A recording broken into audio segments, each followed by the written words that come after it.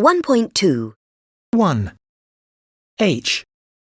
Lupita Nyong'o. Her full name is Lupita Amondi Nyong'o. She was born in Mexico, and her parents gave her a Spanish name which is short for Guadalupe. 2. C. Tolkien.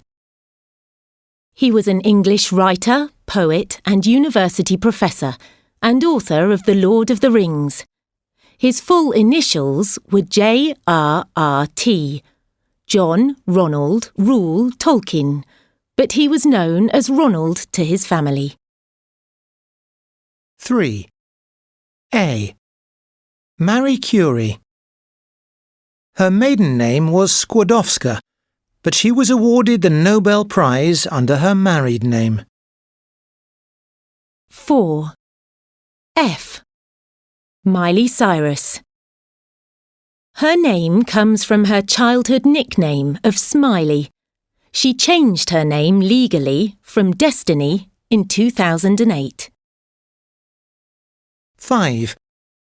E. J.K. Rowling.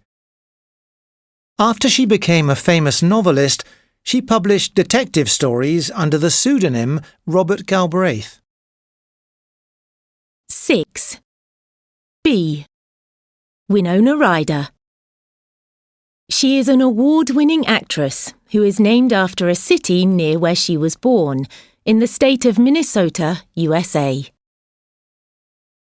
7. D. Paul McCartney. His first name is James, after his father, but his family used his middle name to avoid confusion. 8. G. Ed Sheeran. His first 3 albums are called Plus, Multiply and Divide.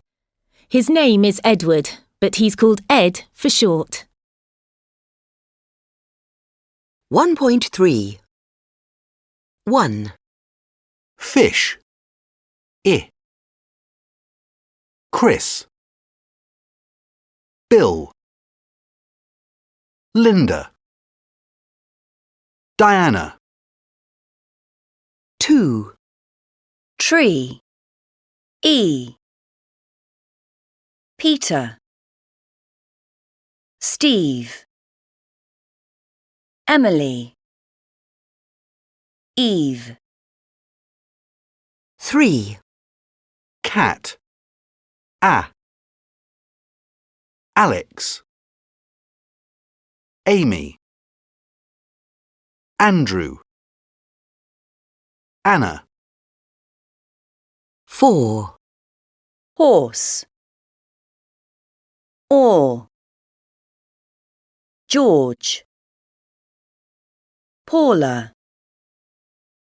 Charlotte. Sean. 5. Egg. Adele. Edward. Leo. Jessica. 6. Train. A. Sam. Grace. James. Kate.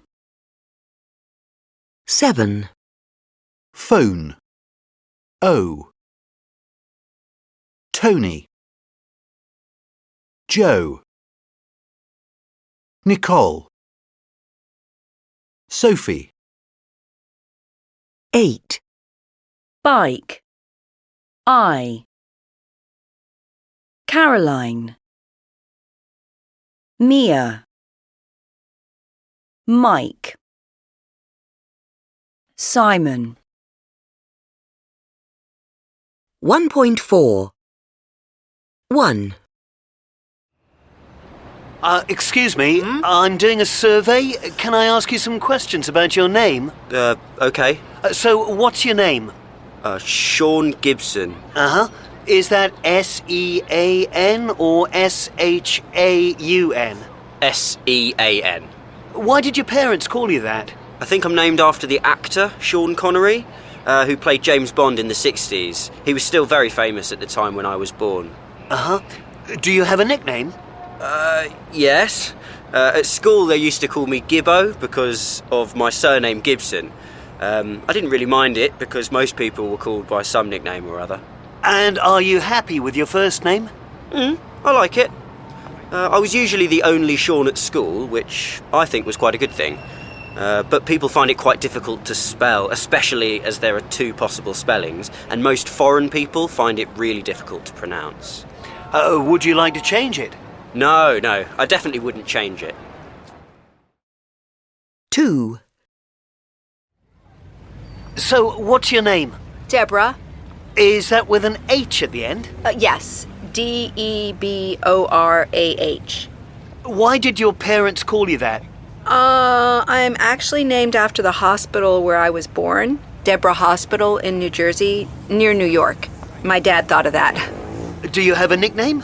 No, but everyone calls me Debbie or Deb for short. Are you happy with your name? Not really. Would you like to change it? I don't know. When I was little, I started calling myself April and then Caroline, but now I don't like those names either. 3. What's your name? Kari. How do you spell it? Khari. Sorry, K-A-H... No, Khari. Why did your parents call you that? It was my mum's idea. When she was young, she went travelling in the Himalayas and she stayed at a monastery in Nepal called Kari. I think she said it was also the name of the Lama. Lama? Yeah, the head priest there. You know, like the Dalai Lama. Apparently Kari means the precious one. Oh, okay, thanks. That's really interesting. Do you have a nickname? No, I don't. Are you happy with your name? Yeah? Would you like to change it? No way. My name's unique. I'm proud of it. 4. What's your name? It's Anya, Anya. Uh-huh. Why did your parents call you that? Well, my dad's half Polish and my parents wanted a Polish name. My mum originally wanted to call me Agnieszka, but my dad thought it would be too hard to spell, so they decided on Anya. Oh, do you have a nickname? I do, but I don't want to tell you what it is. Oh, it's too embarrassing. Are you happy with your name? Yes, I am. It's quite an unusual name in the UK. I only know one other Anya. I think it's more common in Poland, but there it's spelt Ania. Would you like to change your name? No, I really like it. I often get compliments about it. 1.5. 1. He bought me a rose. I'm going to lend her my camera. They showed us their new flat. I'll send you the document. We brought him some books. 2. He bought it for me. I'm going to lend it to her. They showed it to us. I'll send it to you. We brought them for him.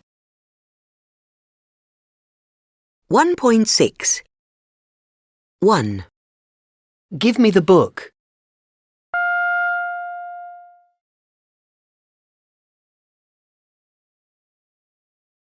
Give it to me. 2. Give her the shoes.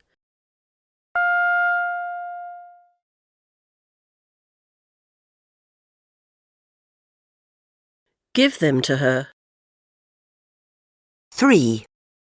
We gave him the present.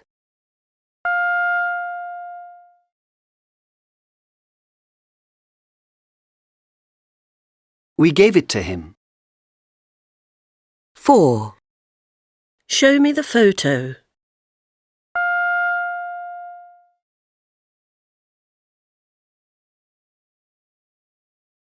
Show it to me. 5. I'll give them the information.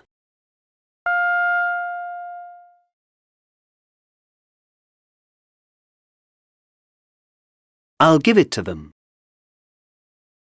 6. Did you give her your number?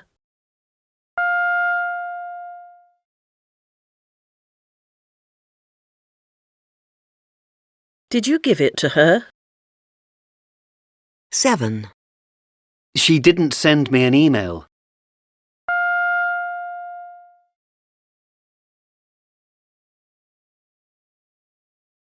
She didn't send it to me. 8. He can't give us the details.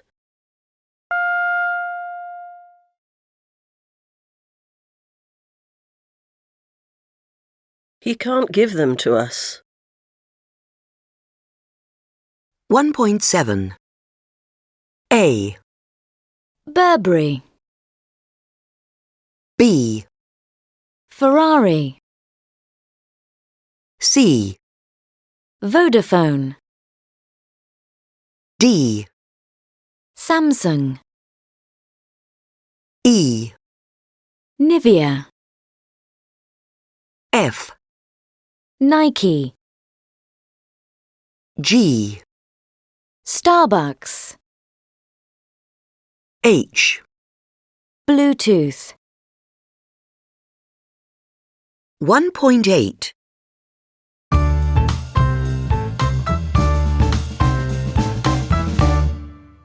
Today we're talking to the creative director of a business that names companies and products. Welcome, John. Hello, Sarah. So, how do companies go about choosing their names? Oh, in all sorts of ways. Many, like Burberry Clothes and Accessories and Ferrari Cars, are named after the people who started them. Others are combination words, such as Vodafone, which is from letters in the words voice, data and telephone, though actually they changed the PH in telephone to F. And Microsoft comes from the words microcomputer and software. Interesting. And other names come from phrases in the local language. A good example of that is Samsung, the big Korean electronics company. In Korean, Samsung means 3 stars. The name was chosen back in the year 1938, and at that time 3 stars was the most impressive rating that people could imagine for hotels and things like that. So, if they'd started the company today, they would probably have called it 5 stars, whatever that is in Korean. Absolutely. Some names even come from Latin. The name of the cosmetics company, Nivea, comes from the Latin word niveus, which means snow white. And talking of Latin, there's another famous brand name with a classical connection, which is Nike. I think I know this one. Nike is the Greek goddess of victory. Is that right? Yes, exactly. However, Nike wasn't the company's original name. When it started in 1964, its original name was Blue Ribbon Sports. They changed their name to Nike a few years later in 1971. I didn't know that. And a name ideally needs to have a strong sound. Take the coffee chain, Starbucks, which was founded by 2 teachers and a writer who decided to set up a business selling high-quality coffee beans and roasting equipment. Their advertising agency advised them that the letters ST were powerful, and so they brainstormed words beginning with these letters and thought of a character called Starbuck from a 19th century novel. The name didn't have anything to do with coffee, but they said that the sound seemed to make sense. And do you have a favourite brand name? Well, one of my favourites is Bluetooth. This one comes from the name of a Viking king, Harald Blåtand, so called because he had a dead tooth which had turned blue. Blåtand means Bluetooth in Danish. This king believed in good communication between people, which is an excellent model for developing new communication technologies. But also, the logo for Bluetooth on your phone screen, the B shape, is made up of the 2 Viking letters for the king's initials. The symbols for H, Harald, and B, Blåtand. I love that. Thank you so much, John, for speaking with us this afternoon. You're very welcome.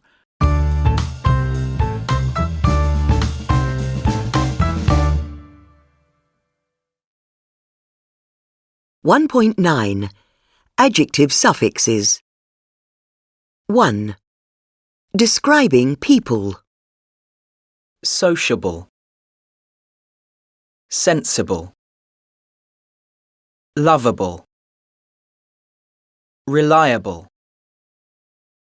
responsible, passionate, affectionate, compassionate, considerate, sensitive, assertive, attractive, creative, impulsive, possessive, ambitious, envious, glamorous, rebellious, successful, helpful,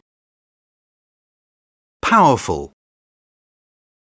thoughtful. 1.10. 2. Describing places and things. Recognizable. Affordable. Comfortable. Desirable. Profitable. Suitable. easy, dirty, healthy, messy, noisy, risky, Addictive. Expensive. Impressive. dangerous, luxurious, spacious, Useful. Colourful. Peaceful. Restful. Stressful. 1.11. 3. Full and less. helpful, helpless, powerful, powerless, thoughtful, thoughtless, useful, useless, colourful, colourless, restful, restless. 1.12. 1. creative, 2. Possessive. 3. envious, 4. Rebellious. 5. glamorous, 6. Comfortable. 7. unhealthy, 8. Suitable. 9. impressive, 10. Luxurious. 1.13. Look around you. Colour is everywhere in our lives. Did you know that according to some experts, there are as many as 10 million possible colours in our world, though many are too complex for the human eye? So how much do you really know about colour? Here are some fascinating facts. Research shows that the world's most popular colour is blue, followed by purple, red and green, while white, orange and yellow are our least favourite colours. Works of art using the colour red tend to be more expensive. This is because it's a powerful colour, which is considered lucky in many countries, such as China. The most expensive works by the artist Mark Rothko, for example, whose paintings are mainly just blocks of colour, are his 2 red paintings. The word orange didn't describe a specific colour in English until the 16th century, when it was named after the fruit. Instead, people used the Old English word u01, which meant yellow-red. This is why we have the word redhead for people with this colour of hair. Pink has a calming effect and reduces anger and anxiety. Many prisons and hospitals paint their walls pink to make prisoners and patients less anxious. In Imperial Rome, the colour purple was produced with an extremely expensive dye made from thousands of seashells. The colour symbolised the power and wealth of the Roman Empire, and by the 4th century AD, only the emperor was allowed to wear it. Mosquitoes are attracted to dark colours, especially blue. So if you're planning to be outside in the evening in an area with a lot of mosquitoes, be careful what colour clothes you wear. There is no such thing as a green mammal, even though it's a perfectly common colour for birds, reptiles, fish and insects. One reason might be that most mammals can't see this colour, so it doesn't help with camouflage. Van Gogh said that yellow was the colour of happiness, and it's the main colour of many of his paintings between 1880 and 1890. The Dutch painter suffered from epilepsy, and doctors may have given him the drug digitalis, which can cause people to see this colour very strongly. The safest colour for a car is white. Studies show that it is the most visible colour in all driving conditions, except snow. Most diamonds in their natural state are brown. These are used in industry as cutting tools rather than in jewellery. The largest cut diamond in the world is this colour. It was found in 1985 in South Africa and weighs 109 grams. The name for the colour black hasn't always meant dark. It comes from the root word bleg, which meant to burn, gleam or shine. This may explain why in languages like French and Spanish, blanc or blanco are actually the words for white. These are just a few of the fascinating facts I discovered when I was researching colour. The next time you make a choice about colour, for example, for a new car, do some research first to find out exactly what it means.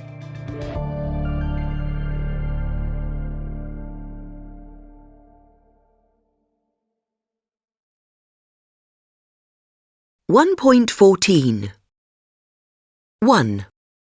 I've lost my suitcase. It's a big blue one.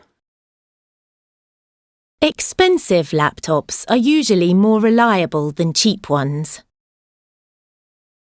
2. I'm looking for white bread, but I can only find brown. We don't have any skimmed milk, only semi-skimmed. 1.15 1. I'm less busy this week than I was last week. Alan is the least interesting person in the office. 2. She's the cleverest girl in the class. The old road was much narrower than the new one. It would be simpler to go back to the beginning. 1.16 1. It's a bit cloudier today than yesterday. This phone's a bit more expensive than that one. 2. Your job is much more stressful than mine. The airport is much busier than it was a few years ago. 1.17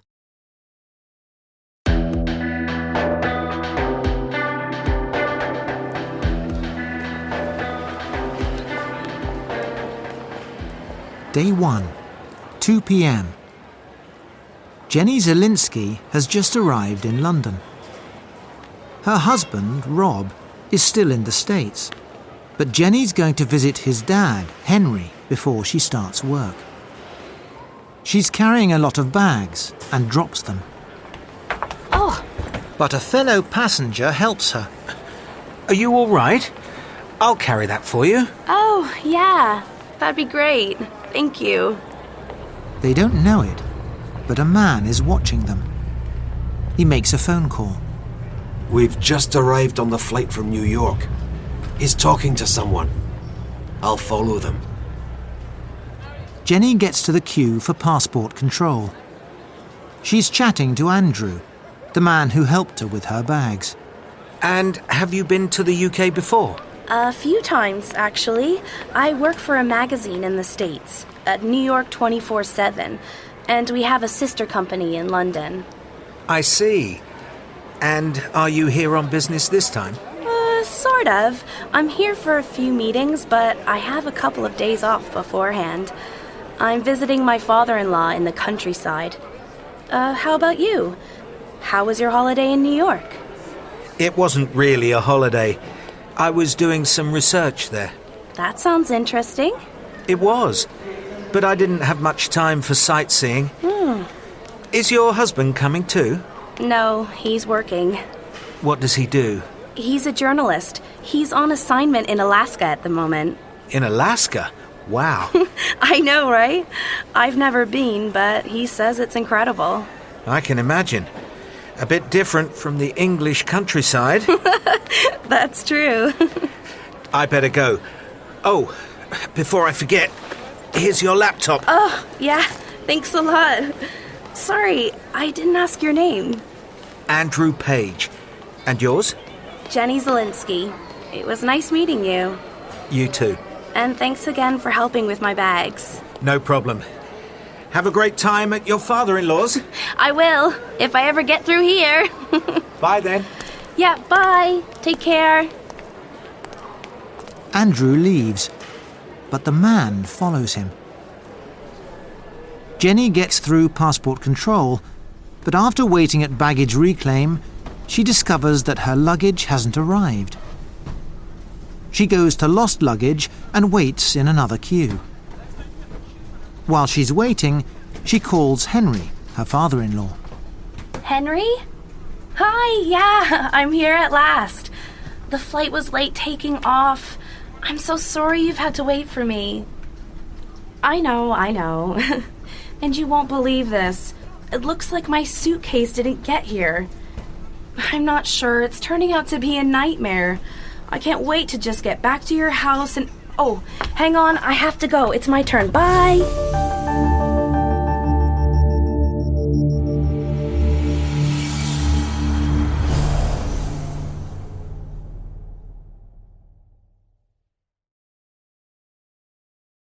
(1.18) Can I help you? Yeah, my suitcase hasn't arrived. Which flight were you on? Flight RT163 from JFK. I'll take your details and then I can issue you with a reference number. Can I have your name, please? My name's Jenny Zielinski. That's ZIELINSKI. And you're a visitor to the UK? That's right. How long are you staying for? 10 days. Okay. How many bags are you missing? Just one, a suitcase. Can you describe it for me?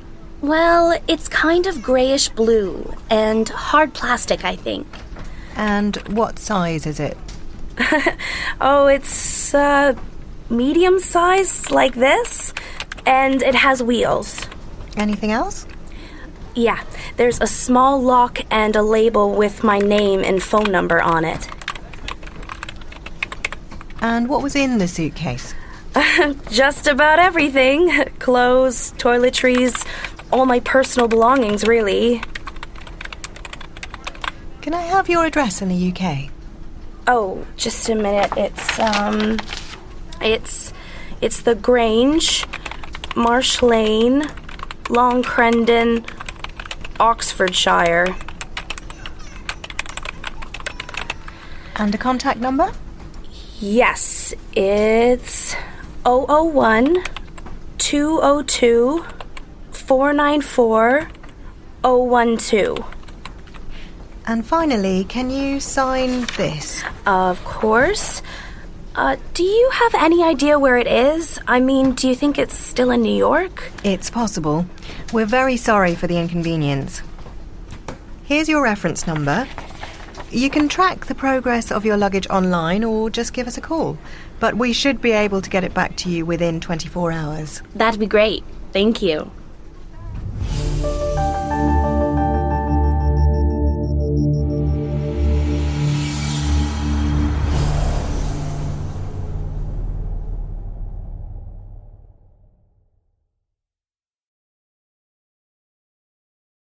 One 1.19. Can I help you? Yeah, my suitcase hasn't arrived. Okay. How many bags are you missing? Just one, a suitcase. Can you describe it for me? Well, it's kind of grayish blue and hard plastic, I think. And what size is it? Oh, it's, medium size, like this. And it has wheels. Anything else? Yeah, there's a small lock and a label with my name and phone number on it. And what was in the suitcase? Just about everything. Clothes, toiletries, all my personal belongings, really. And finally, can you sign this? Of course. Do you have any idea where it is? I mean, do you think it's still in New York? You can track the progress of your luggage online or just give us a call. But we should be able to get it back to you within 24 hours. That'd be great. Thank you.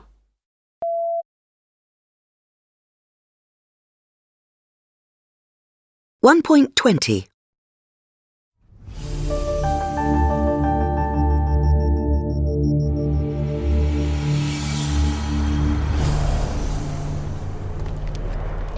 Day 1, 4 p.m.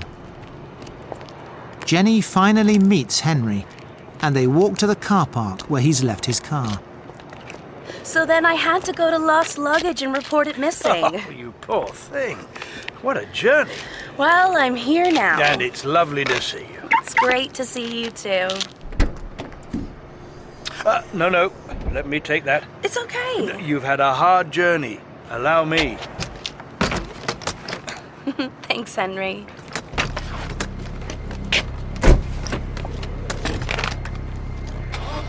Jenny and Henry drive off to Henry's house in the country, near Oxford. But the man from the airport has been following them. He makes another phone call. We've got a problem.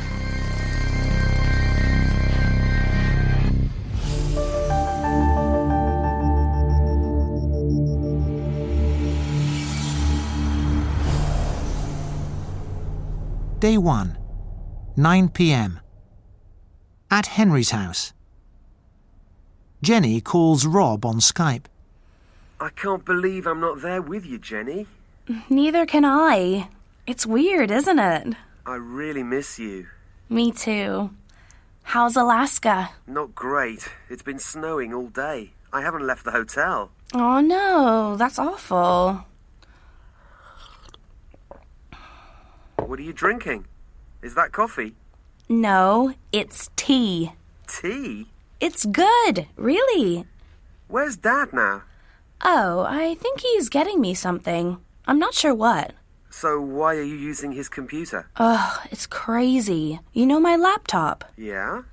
The screen keeps popping up and asking me for a password. I've never seen it before. I'm worried I have a virus. It's not your day, is it? First your suitcase, and then your laptop.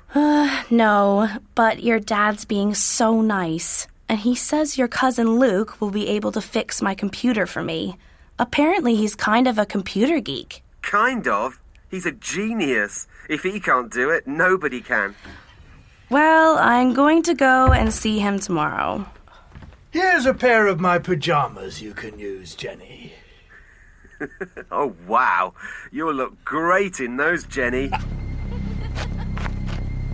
Safe in the house, Jenny and Henry have no idea that the man, whose name is Grant, is outside in the dark, watching. He makes another phone call. Selina Lavelle. Selina? It's Grant. She's in the house, but she isn't alone. I could come back tomorrow with... No. Stay there. All night if you have to. Yes, boss.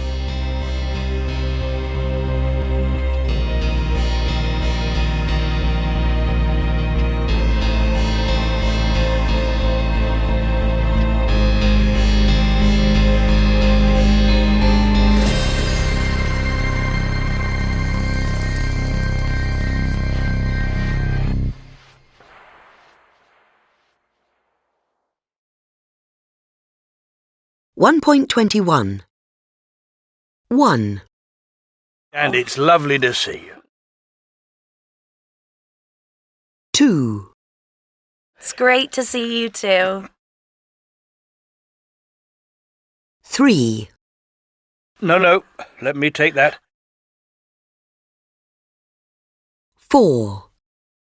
It's weird, isn't it?